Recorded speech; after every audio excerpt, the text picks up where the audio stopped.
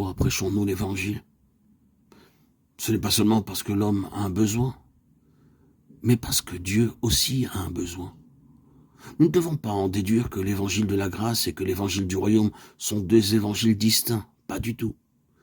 Il n'y a pas deux évangiles. C'est un seul et même évangile, vu sous deux angles différents. Un, sous l'angle de l'homme, c'est l'évangile de la grâce. Et vu par Dieu, c'est celui du royaume. Dieu désire que beaucoup viennent à lui, afin d'accomplir son dessein. Notre travail doit être gouverné par sa vision et par celle des hommes. Dieu désire des hommes.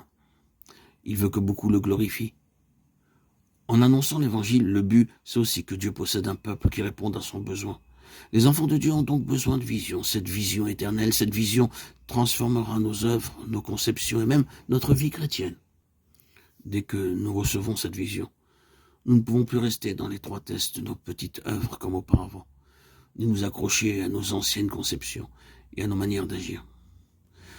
Nous ne pouvons plus œuvrer pour des petits gains par-ci ou des petites pertes par-là comme autrefois.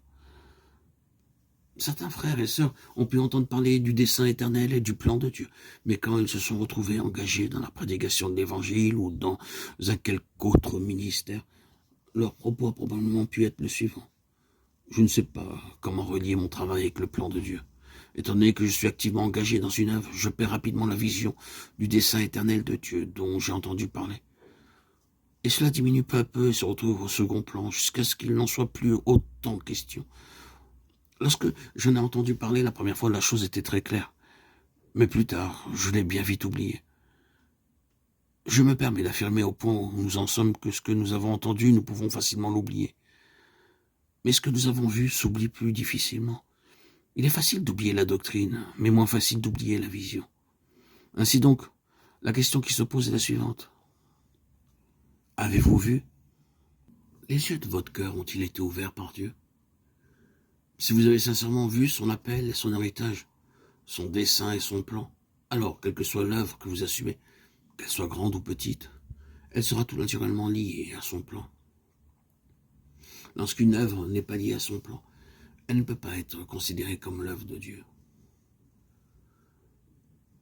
Nous avons besoin d'avoir nos yeux ouverts par le Seigneur afin de recevoir la vision.